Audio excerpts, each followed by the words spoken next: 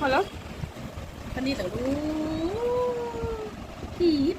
কিন্তু মা লেখাটা উঠে গেছে, এখানে মা লেখা ছিল। আর একমাত্র এই মা বাবাকেই নিজের আর্নিংয়ে সব থেকে ছোট জিনিসটা দিলেও তারা ভীষণ খুশি হয়। কেমন হয়েছে?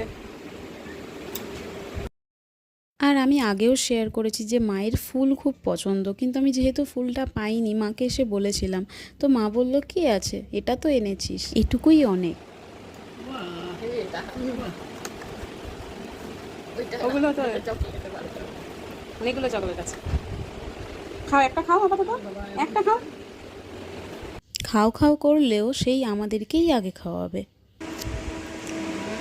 Happy mother's day.